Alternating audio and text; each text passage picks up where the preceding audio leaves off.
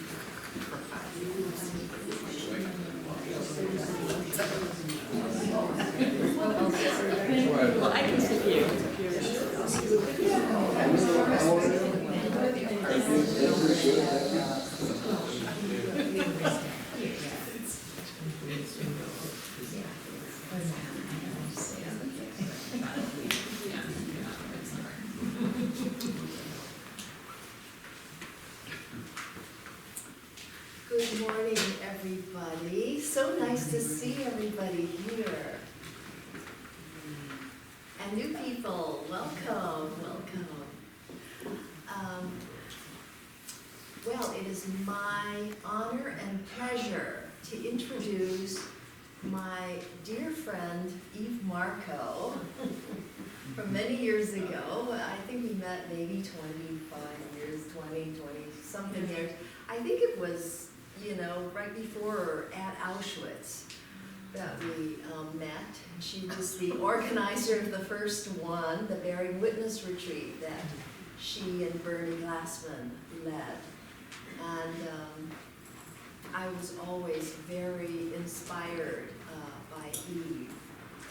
And in addition to being married to a very important Zen master in America, Bernie Glassman, important Zen masters need support to be who they are.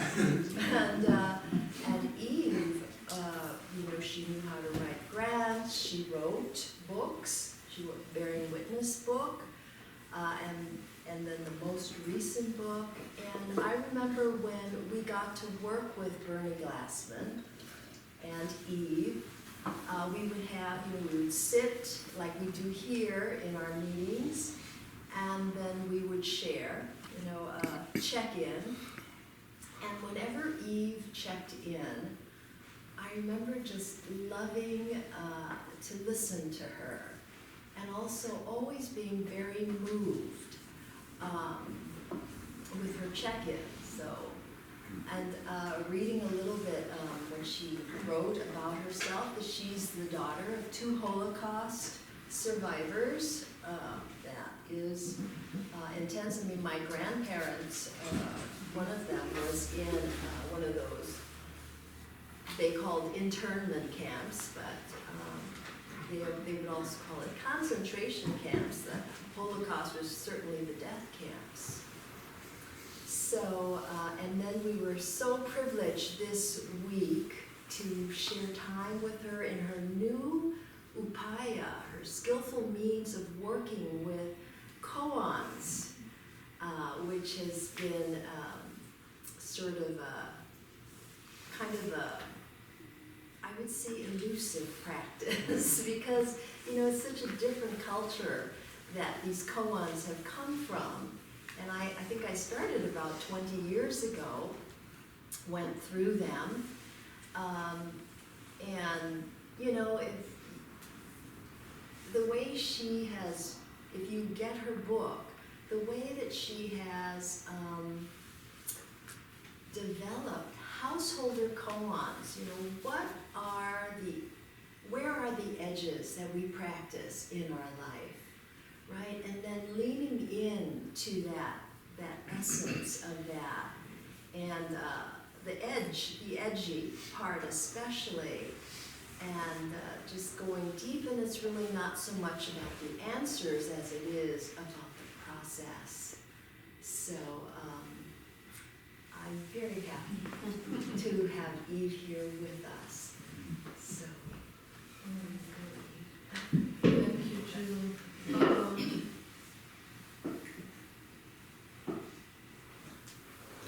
So when we were working together, the three of us, my mornings, we would do meditation, and then I would go to a school class. And that was my first and actually only experience, really doing hula. And that was absolutely fantastic. I thought that combining Zen meditation with hula was just, for me, it was very important. It was a complete mind and body opener. And the fact that you have this available here is just miraculous. And I know I said this to the workshop group this weekend, but please don't take this place for granted. I'm going to talk a little bit today about what we encounter in the West and what I think we need to do more. But I think this center really, really embodies that, what we need to do more. How we need to open up the Dharma and open up the teachings, and how our lives as they are inform those teachings, and how to rely and appreciate our own experience and rely on it, depend on it, appreciate it. I think this center seems to embody that. I mean, I just feel that just sitting here and watching everybody talk. And I just said to June, I've been in many centers, and people come because they come sick. But there's a real gladness and an animated spirit that I feel here that is actually quite unusual. So, yeah, I think you're very, very lucky. Let's see, at risk of, I will repeat this that I said to the workshop, but I wanted to give you a sense of why this book came about. I teach in Massachusetts, and one evening we were together, and a woman was talking about an encounter she had with her son, who was around 12 at the time, Marko, and she said that she was telling him, Marko, don't, try to clean your room, and he's just kind of walking around. Marko, could you give me the towel? And he's just walking around. And she says, Marko, don't forget you were going to, maybe cut a little tomatoes. And he's just walking around. And finally she says something else, and he turns to her and says, bitch. And she said that. And she then described how that hit her, how and what her response was. Now, I also knew a lot about background about this woman. She had always wanted to ordain and be a nun from the time she was a child. And when she grew up, she decided, no, she wants to have kids. But she doesn't want to have her own kids. She wants to take care of children who are not cared for, who are put away in orphanages or who are put away in foster care. And so what she did is she adopted eventually 4 children, and Marko was the oldest. In order to adopt 4 children, she fostered 16. And as she says, I fostered them from 1 to 2 years while the court system investigates whether the family can take care of them or not. And I fell in love with every single one of them, and then had to give them away. Had to give 12 away. And she has a full-time job, So I'm looking at this woman, and I'm listening to that, and just like that, I said, your lives are amazing, and they contain in them the seeds of awakening. Every single thing you go through, you're being called this, name by your child, you're doing this, you're running around, you're driving, you're cooking, all this is so fantastic.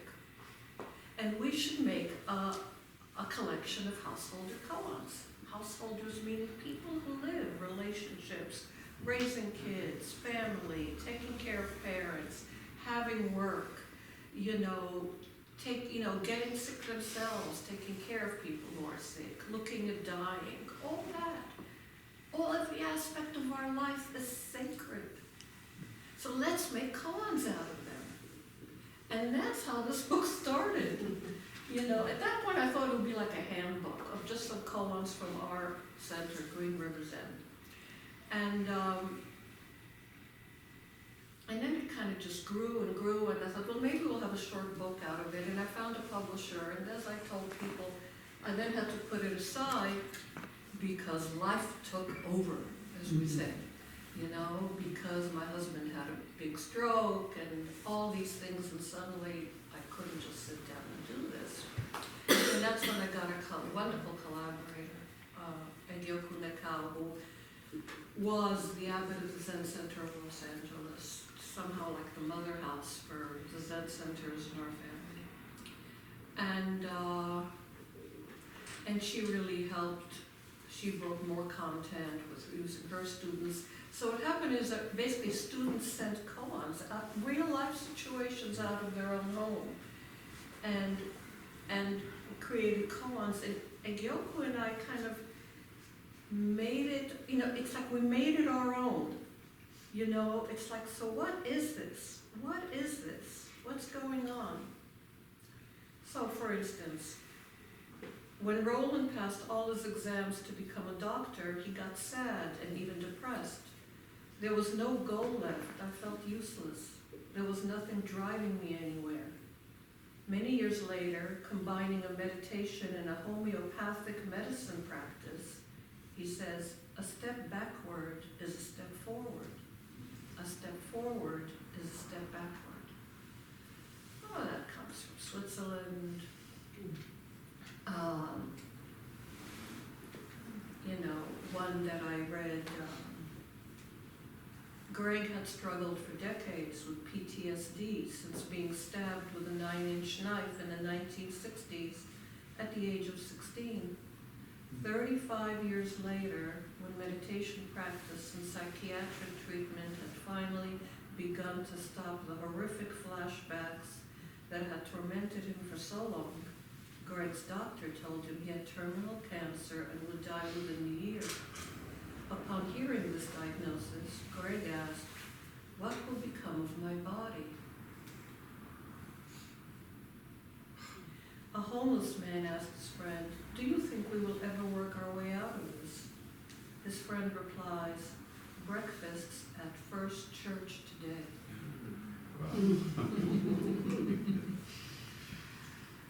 Yeah. Well, you know, there's many different kinds. Walter's teenage daughter was a lesbian. When his daughter's girlfriend was tossed out of her home by her parents, Walter and his wife took her in until they could locate another family member for her to live with. It was a complex time when both families had to face many truths about their daughters and themselves. After the girlfriend had been safely relocated, Walter and his wife said to their daughter, you have our full support and love as a lesbian. Their daughter replied, I don't need labels. I love who I love. Well, there's about 70 such koans from the world of work, raising children. Boy, was that tough. Well, I'll give you something because I've really, well, there's, I don't know if it appears there or it's a story told me by one of the people who gave me a koan about she raising kids. She's a big sashimi goer, and she said, my life is this way. My life is that I am making soup, and while I'm cutting the carrots, my daughter is just pulling at my pants. You know, Mom, I want orange juice. My baby in the crib is screaming. The water is boiling and it's going over the pot, and the phone is ringing, and my husband just came in and he'd like to have a quiet house. This is what's happening, and she said, what I want is just to cut carrots. Just, you know, just like we do in sashimi, just do this. And guess what? And I remember just poring over this and thinking, wow, what do you say? And I remember even saying to my husband, Bernie, I mean, think about living this life. What do you say to someone who lives like that? And he said, Eve, you can only only do one thing at a time. I say, well, I know that's like a very, but you know, really think about it. Think about mothers and fathers.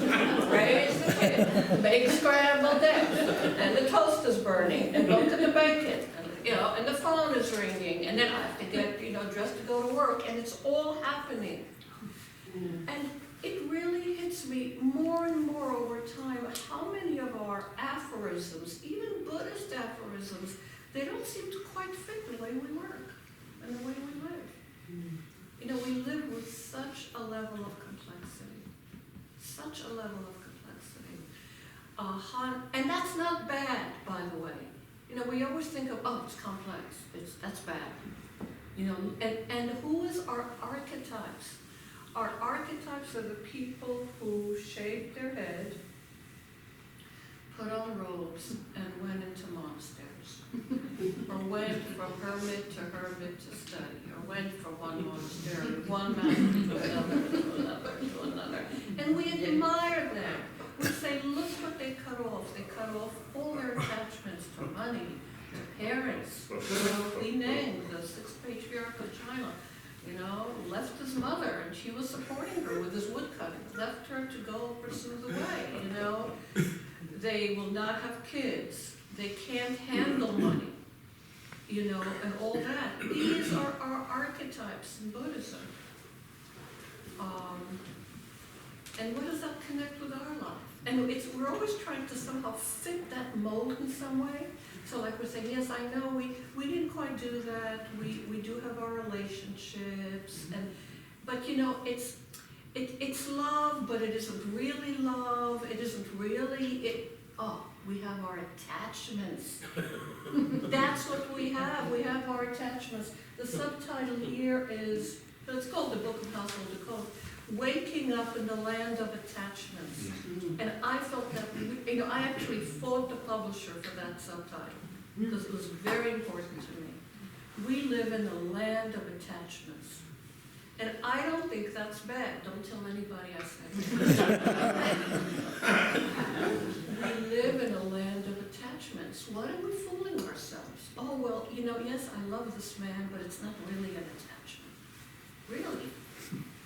Well, I'm raising my children with this, and there is a big theory of raising kids called attachment theory, which I definitely, you know, feel and I'm trying to do and embody so that the child feels very safe attachment to mother and father.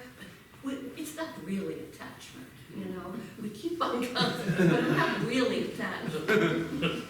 I gotta tell you, I'm attached. When I love somebody, I'm attached.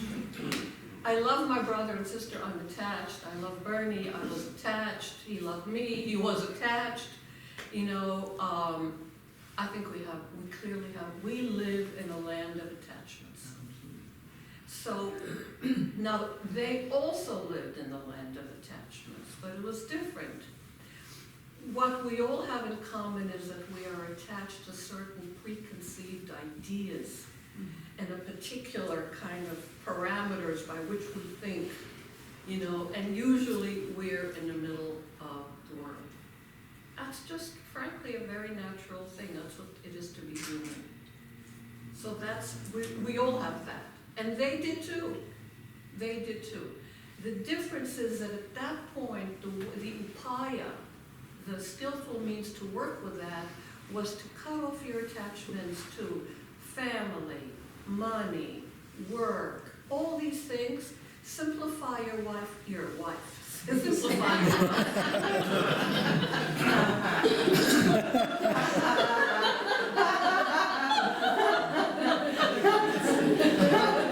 Ain't gonna happen.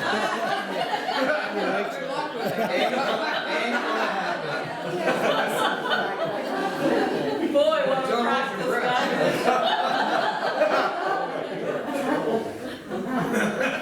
Simplify your wife, you know. Simplify it radically, and now you can focus on the attachment to your thoughts and that whole parameter, that self-centered world we create. And we don't do that here. So we keep our attachments to our loved ones and to our creative work and to things we want want to do and how we want to act in the world. We want to do all of that. And it is a radically different way to live and practice. It really is. And I think we have to own our lives and say, this is who we are. We're not that, and we can't be that. And we can't be a monastic light. And we can't be, it's not a matter of being Buddhist light, although they do, in Asia, we are clearly seen that way. I'll tell you, I attended a global Buddhist meeting in New Delhi, and I watched all these monks, and most of them were monks coming, this was the leadership of Buddhism in all these countries, in Sri Lanka, and in Japan, they didn't even invite the Japanese because they looked down on them. Because the Japanese Zen doesn't involve monks anymore. They have priests, but they look down on priests because priests aren't celibate. So if you're not celibate, and if you're still handling money, they look down on you. And it was very clear. I think they only invited one person from Soto, one person from Rinzai, and that was it. And we spoke to them. Why isn't there more here? They said they don't want us. They told us that. And from the West, I came because Bernie was invited, and he was invited just to talk about social action and nothing else.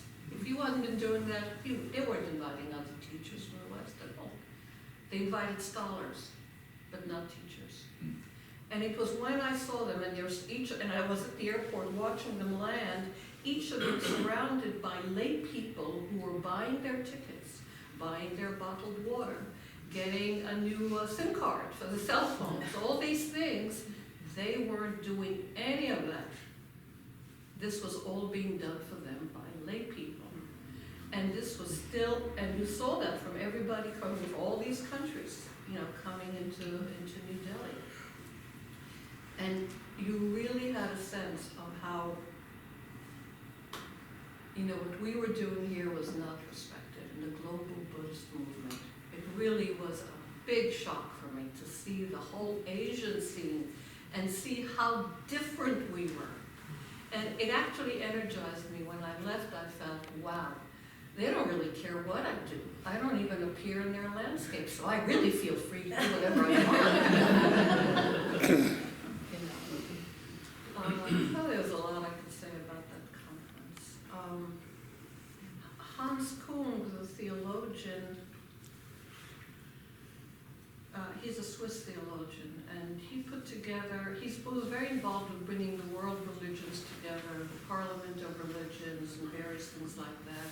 And he was very instrumental in forming commitments that all religious traditions could agree to. They were called the 4 commitments, and we've incorporated them into our precepts, work and precepts, transmission. So it was very interesting, his work. But but he was he really studied a lot. He studied various traditions, and he spoke about Buddhism. And in each one of them, he identified what are their great strengths and what are their great weaknesses, let's say, in the West. So naturally, Buddhism, he said, is there any religious tradition that works with the mind as Buddhism does, and has examined and investigated the mind? But he said, what Buddhism is going to have to deal with in the West is its monastic tradition that has gone on for 2,500 years, where the archetypes are always monks and not householders. He identified that many years ago. So, yeah, I think we people, we live in the land of attachments. And I think attachments are good. And I think each of our attachments is a portal to our own naturally arising wisdom, which we have. And our work is with that. And our work isn't to cut off attachments per se. For me, if I have an attachment, let's say to my husband, and he died some year and 4 months ago, what do? I'm going to let go of the attachment? That was always our language. Let go of the attachment. Drop the attachment. Cut off your attachments. I can't do it, so I must be a real fucked up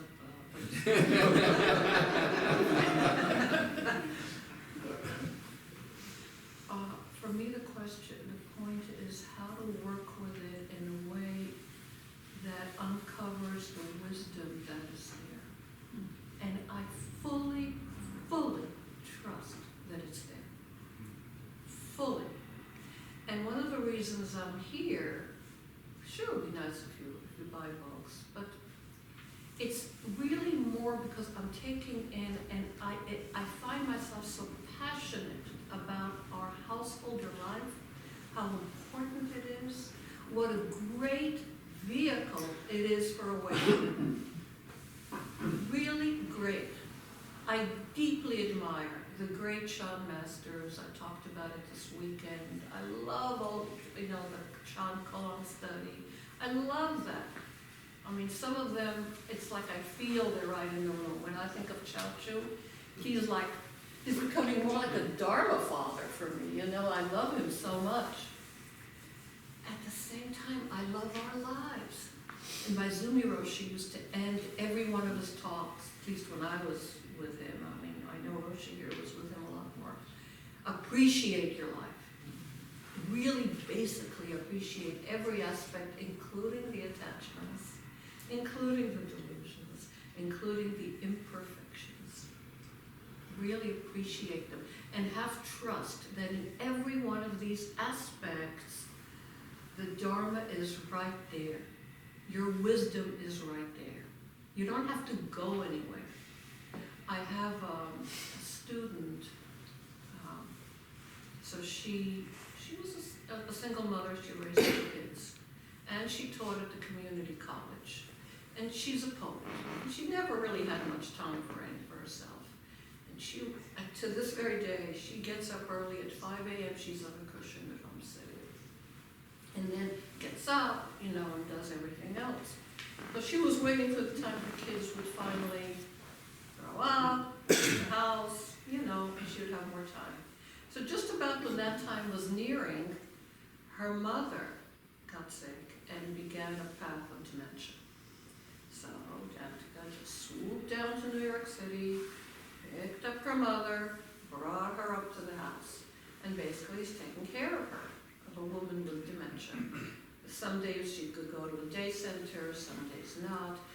And so then her kids finally left the house. One does have some challenges, and so she's still involved with him, and she has her mother who needs care all the time.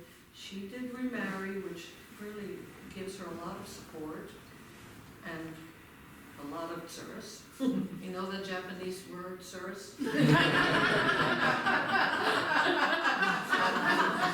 Issues, it's a relationship. And she still teaches full time. So, and now lately her mother had seizures and she just doesn't come much to the Zendo. Now she's a senior student. Now what am I going to say? She's not coming to the Zendo, therefore she stopped practicing because life got in the way?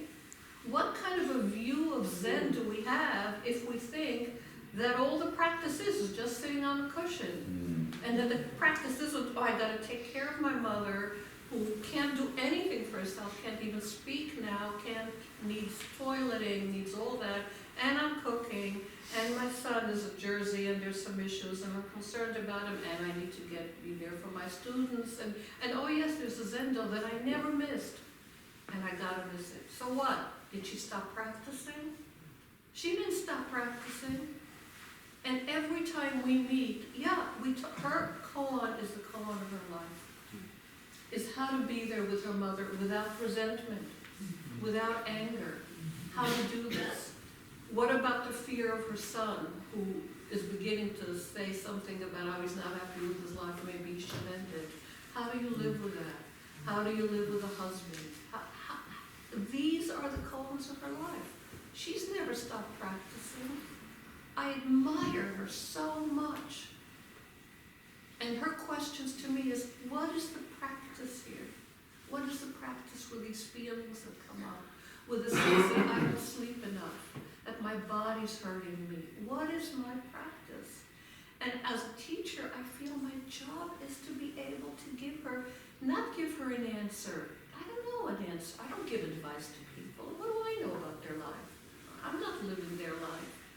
But together, can we work with this? You see, what works? You know, what works? What in the practice works for you? What maybe, you know, how do you take what you do on your cushion and bring it to when you're changing your mother?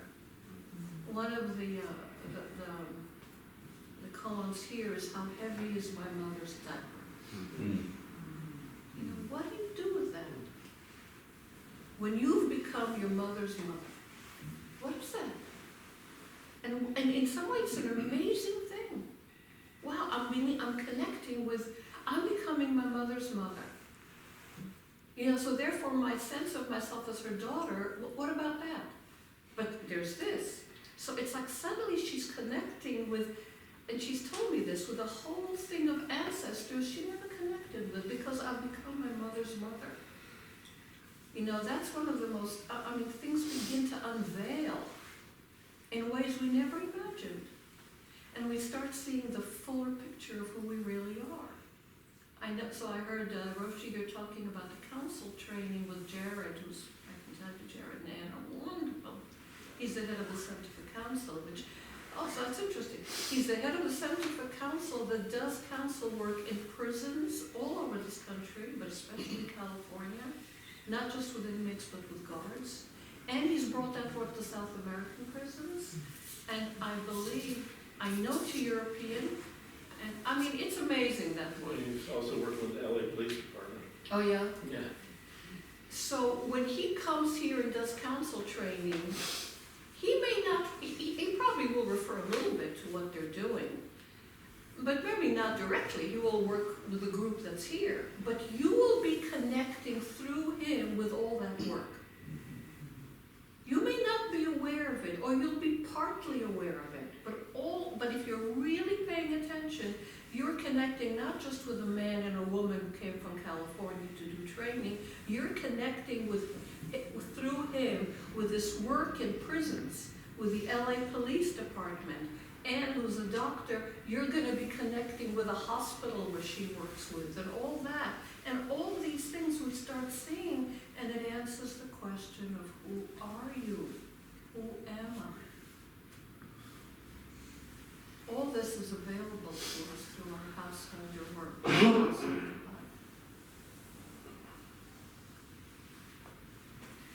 I asked Roshi and Sensei also to be available and speak. They lead a center that is exactly about this. So I think it is only appropriate for them to say something. Well, they hear me all the time. I'm sick of hearing it. Really, Roshi. It's just we're so fortunate to have you here. Maybe you could talk a little bit about how you worked this weekend about taking a story and how you turn a story into a koan, and what makes it a koan and not just a psychological thing, or how do you work with that? Maybe you could say a little bit about that. Yeah, if I had an answer.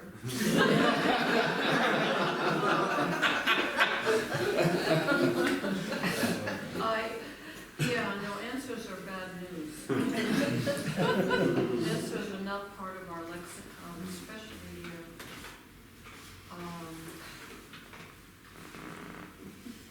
I think mostly it depends on how you choose to work with it. So mostly when we have edges in our life or challenging situations, well, let me say this too, really, you want to pare it down. You don't want to, we have our stories and our love stories and right stories. Pare it down and find what here is really the point.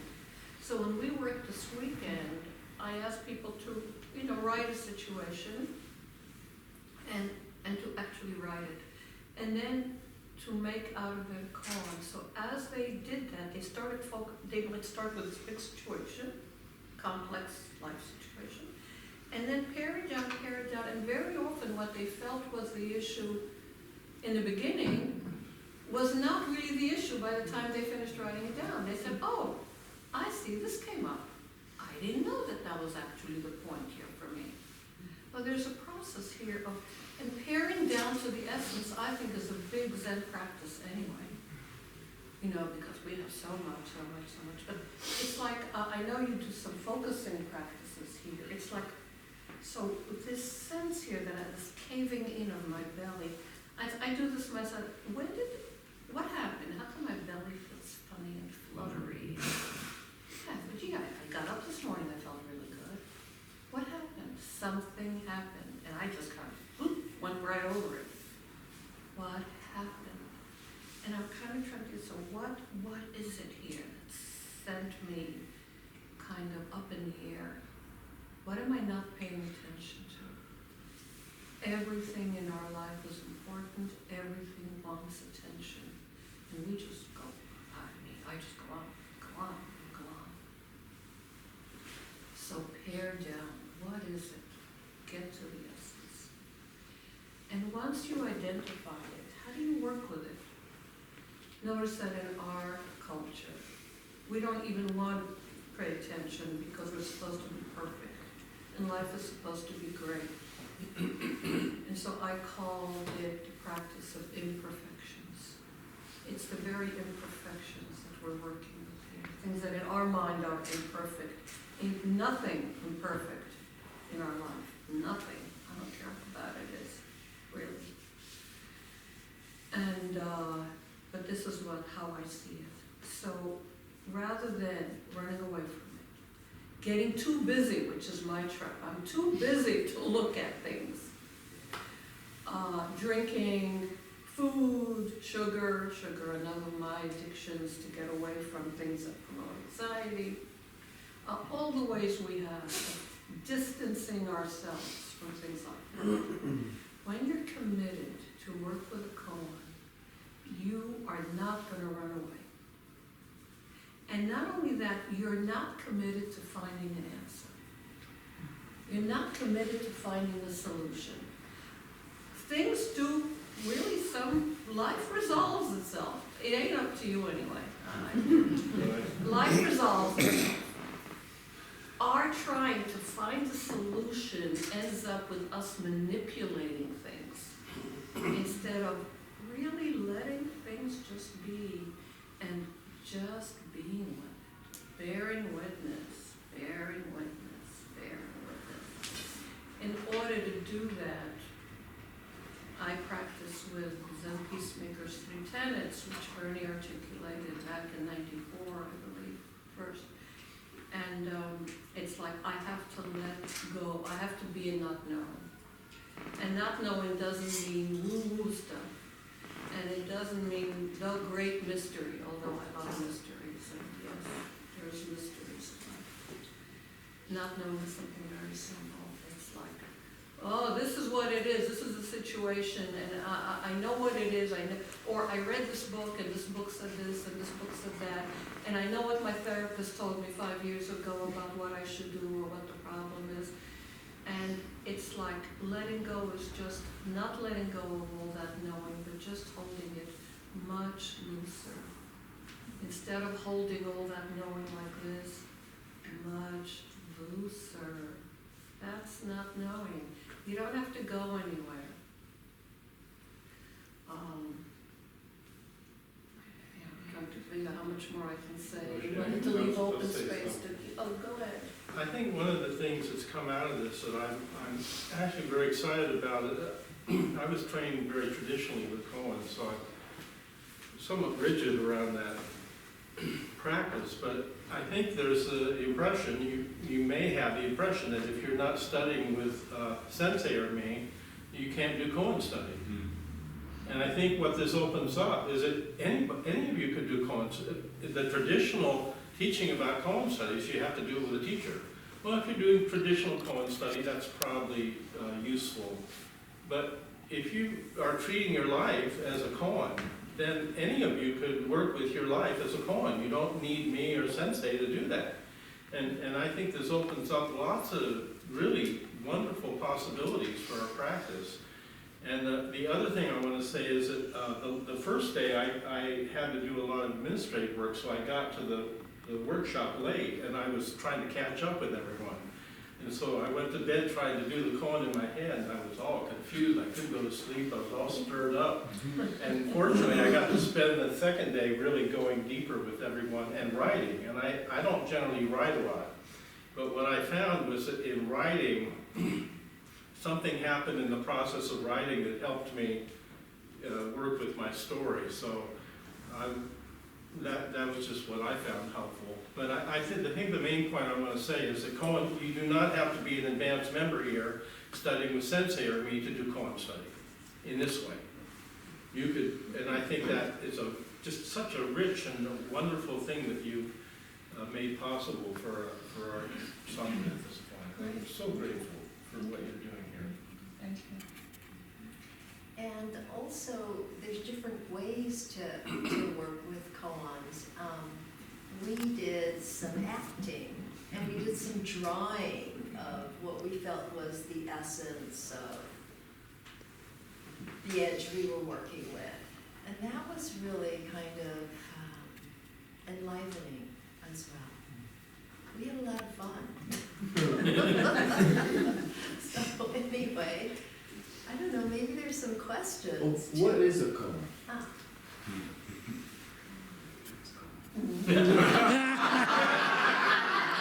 That's a coma. That's a coma. That's a code. I don't know, Stephen, what do you think? Apparently I'm brilliant.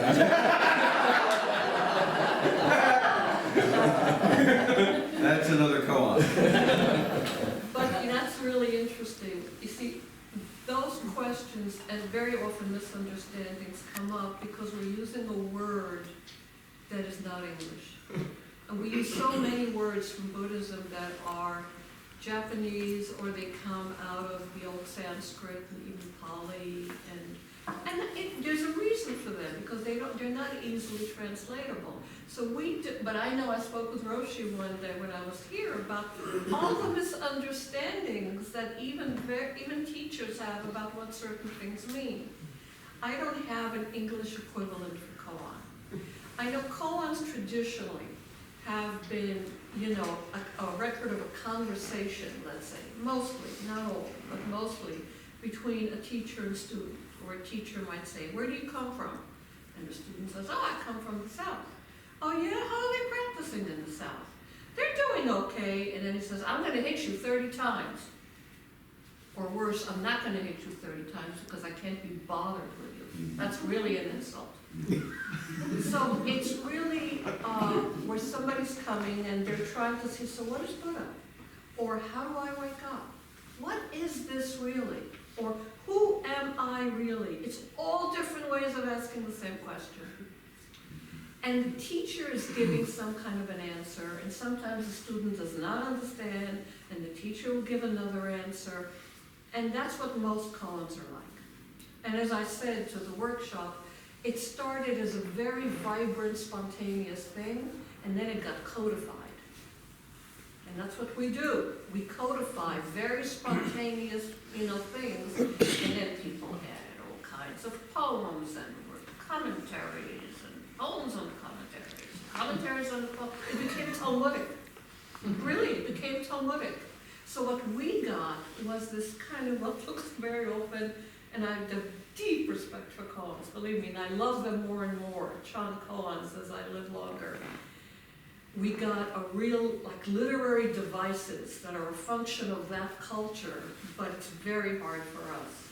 I just have to laugh because this morning I got photos from my stepdaughter. She had gone with her son to the Smithsonian to bring Bernie's things to the Smithsonian, of all things. She did that yesterday. So what did she bring? She brought this ragged Grayston jacket. Grayston Bakery was what we founded when we worked for many years, and it's still around. And it's this denim jacket that says Grayston Bakery, and he wore it so much, it's just tattered as could be. The second thing is this monk's bag that he used to wear going on street retreats. And what did it have? It had toilet roll. It had plastic to cover yourself up. It had no money, a rain hat, It had Social security card? no idea of any kind. And a little pillow, it's very funny. Then, but in addition, I remember now, the denim jacket had his used tissues. It's been hanging there, so in front, she did the whole Smithsonian said, we'd like to take this, and a religious thing. I brought him to her on Thanksgiving, and she, with her little boy, kind of went yesterday to officially give this to the Smithsonian. And she sent me pictures, and it was so funny, because there's a woman formally receiving these things on behalf of the people of the United States. And she puts gloves on. Why does she put gloves on? Because now these things have become serious artifacts. And she puts them in a special cart. And she will not let Elisa touch them because they are now gifts to the people of the United States. And they will be in some kind of a diorama.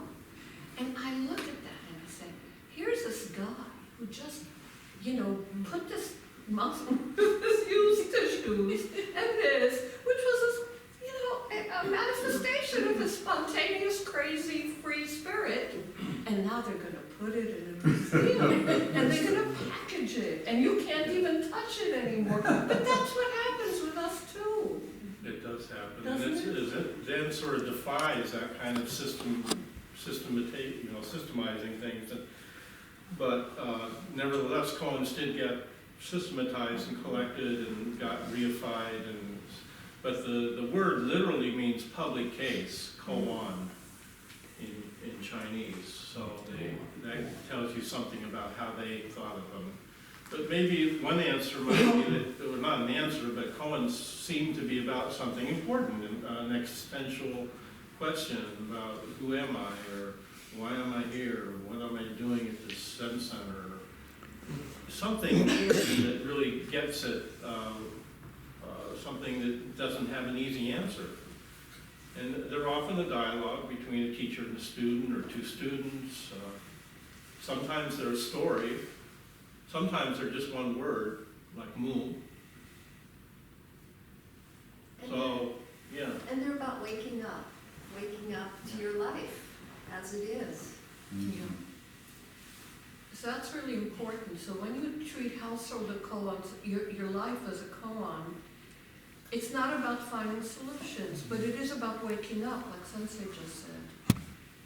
So it's as if you're making a decision. I have all these challenges and I'm going to be working with them, but when I use it as a koan, what it's really about is I'm going to use it as a means to wake up to an aspect of myself that I may have been pushing away or just struggling with. But I know it's me, so I ain't going to squelch it, because that's just squelching me. So you see, it is really a means to awaken.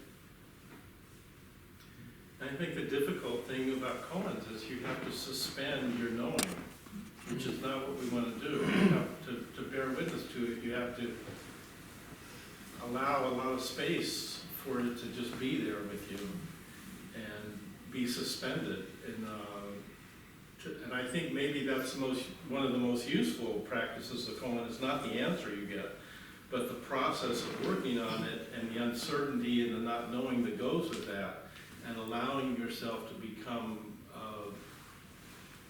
I'm not going to say comfortable because it's not usually comfortable, but more able to be with that not knowing and allow it to, allow that to bring the answer to you rather than you bringing the answer to it, if that makes any sense.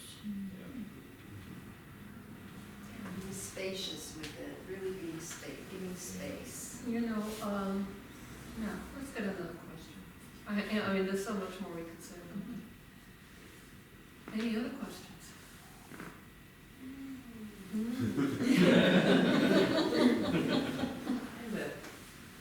What just came up for me that's in contradiction to spaciousness.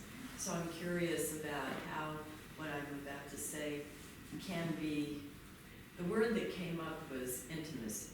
And so intimacy would be inexplicable. So I guess a meandering question is, holding intimacy and spaciousness at the same time? And that wasn't exactly a question, but you get my... I've been teaching, so I think I mentioned this in our workshop. I've been teaching Dogen this winter, a particular classical called Very Famous Being Time, Fuji. And he really talks there about Dharma position, that every moment, every instant, each of us, and everything, the living floor, the water, the book, the light, the clouds, have a Dharma position, which is constantly changing. Now, what constitutes the Dharma position? So, one part of the Dharma position is your own relative instant, your own personal karma. This is Susan wearing her black pants, wearing her raksu, asking a question, and here's Sensei, here's this. Okay, that's a Dharma position. But he says, that ain't all your Dharma position. Your full Dharma position is everything in the world. Every Dharma position includes all Dharma positions of all beings, sentient and insentient. It's all there. You may just be aware of the part that is about Susan. And that's the way most of us live. I'm just aware of the part that's Eve, and that's how I function. Unless I don't function like that. You see? So this thing about not knowing is that I'm not... So let's say, imagine there's like some kind of a big circle. And in that circle, and this is bad, because every time I start to draw or say words, I'm not doing justice to what he's talking about. I'm not a genius like Dogen, and he was a genius with words, not just Zen, he was a genius with words. But let's say, there's some kind of big circle. And that's everything, you know? And then there's a little circle called Eve. Now, most of us, or Susan, you see, or Patrick, you know, most of us function out of our little circles, and we think that's life. That's my Dharma position right now this instant. He says, nonsense. It's everything. Now, can you get conscious of everything? It's acting through you whether you know it or not. So it might be fun to try to be more conscious of what's acting through me, right? How do I get more conscious? Do I have to jump? Do I have to push some walls to get past that little circle? No, all you have to do is relax the walls of that circle. That's all you have to do. And then it's right there. You don't have to go anywhere. Whether you're on a cushion, you're cooking, you're doing your artwork, it's right there. And as an artist, you know that it's like you let go of that control.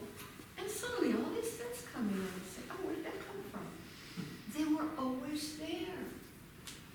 When we're locked tight in our own little circle called Eve or Susan. Oh, loosen it up, and I didn't know there's all that here. So that for me is what comes together. What a space, it's always here. I mean, look at all the space in this room. Who's even aware of it? You're looking at me like, this is important. I don't know, am I important? Look at all the space. So, this is acting on us all the time. But that's the thing about not knowing is just relax those walls. Don't worry about anything else. You don't have to go and do that. And bear witness to what comes up. And then as we say, the third tenet is the right action, the loving action will come up naturally. You don't have to think about it or worry about it. Naturally it will come. Does that answer your question? Yeah, what just occurred with that picture you drew in the air is big intimacy. Not, I was thinking of it, I was feeling it small. Thank you for the drawing. So what about the other direction? What about spending a lot of awareness in all of the other space and all of the other people and things around, and really never paying any attention to the circle, the Jackie circle? Does it work the other way? How do I, to go back towards the circle, how do I let go of all of the attention towards everything else without feeling that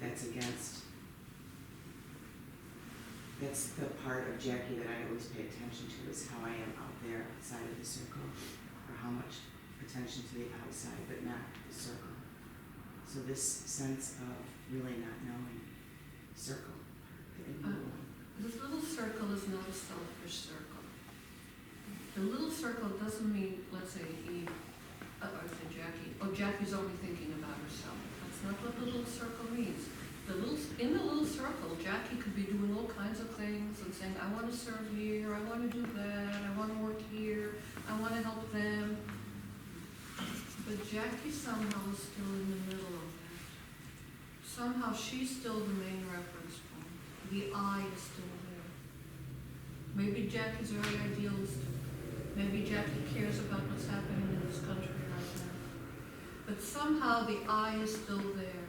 And you can really hear it and read it and see it when you talk to certain activists, and they're like this. They really know what it should be, and they're going to do this, and they're going to do that. Be really careful about that. They haven't jumped out of their little circle. That's still that circle that's about me, even if it's very idealistic me. The Bodhisattva me, that's still me. To really get out there, it's like this. Let go of everything, including the idealism, and I want to do that, and I want to, like that. And just be ready to be like that. I want to say that's a really important question. This comes up a lot. And I think when people start working with notions like emptiness or no self or blue or something, they often think, I have to go missing. And that's not the point at all. And so like when we teach the grace process, one of the really important teachings that Joan Halifax developed in this process is in the middle of attuning to the self and the other, so that when you have empathy and compassion for someone that's suffering, if you just empathize with them, but you're not embodied in your own experience, then you can get burnt out very quickly that way. So it's really important to attune to your own experience, your embodiment, your emotions, your story, all that, as well as the other person. And it's that mixture of both that allows you to compassion to emerge in the relationship, and for you to be resilient and not burn out. So I think that's a really good question, and it comes up a lot in practice. Mm-hmm. Do you want to say something? No. I think you have your hand. I think what Jackie just said was wonderful. I'm just going to We come to 11. Yes, So- one last question over there. Could you do one last one? Sure. Try to make it fast. Attachments. So Buddhism teaches us that attachments are at the root of our suffering, the cause of suffering. But you talked about, like, as a human being on our journey, you're going to have attachments, and that's part of being human. And maybe that's even a good thing about being human. But can the same be said of the resulting suffering? Can you say it again? Of the resulting suffering. Of the resulting suffering. I don't know. I don't like to suffer. Right. I can't give you a general answer, but it's giving me a say. I don't like to suffer. I think the basis of Buddhism is do no harm. do no harm. Do no harm. And we do harm. And we do harm through our attachments. I'm not saying that we don't. But what I've found in my own life is that the very doorway through which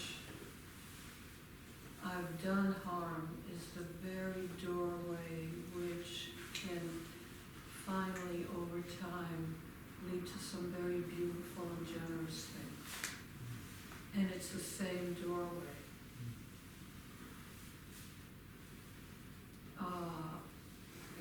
I can talk of anger, which has been one of my big precept challenges over years. And I think anger is a really important thing to look at. and if you really can work with it, I think it clears up, and what you find maybe underneath, in my case, was always a deep passion and a real clarity towards how to act. You know, and there's, by the way, a lot of teachings around that. But it's not like, oh, we want to be pure. I know purity is a very big language for Tibetan Buddhism and others. For me, I've had difficulty with it. That's just my own personal thing. It's just another attachment. You know, sometimes it's a way of it's not a way of deflating my energy. So just to say I'm not going to be angry is it deflates the energy. There's tremendous energy in anger, and how do we use it, positive or negative? So there's a lot of these things when we push them away, we're deflating ourselves and stealing energy from our own life. The question isn't how to do that; it's how to mine it. There's a treasure there. How do I locate that treasure and mine it? And then it's energy that is very effective and powerful and positive. But the work is, how do I mine it and really bring up those effects up to the surface?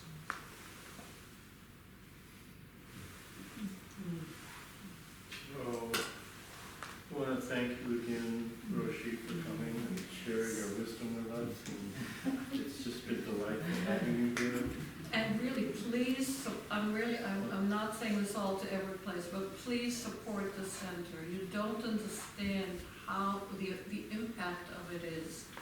I hope you know this, otherwise you wouldn't be here. It's the impact of your life. But you don't know how far-reaching impacts are. You really don't know. So really support its teacher, the center and its teachers. There's a Dana bowl there. All the Dana this morning goes to Roshi. So Okay, please, so after today, you can stay there. after today you can support us.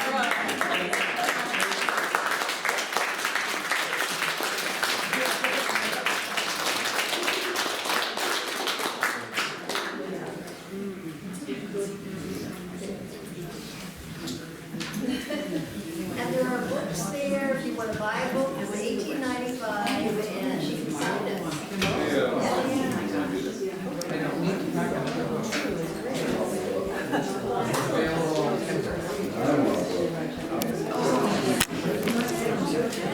Thank you. Thank you. Thank you for doing that.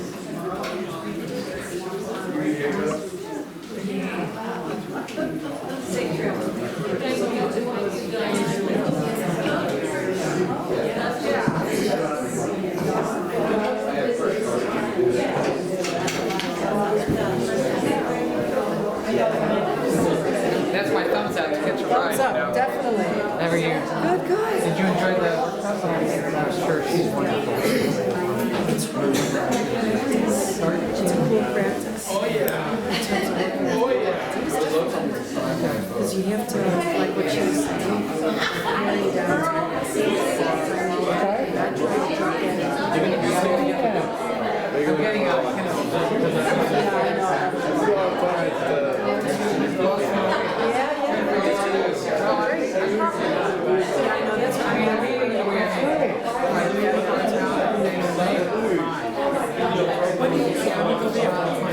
Are you excited? Yeah, I am. Well, that'll be fun. Get back to Yes, I'm well, yeah, there's that. There's the fires, but, you know, not at the moment, but yeah, it is actually. I'm glad I got it. Yeah, I mean, I had this next week. I was supposed to be in New York, and I got it free because of the I was getting this thing called permission to status quo. It's affiliated to the UN. This time, and I was going to go for 1 week. They canceled. I think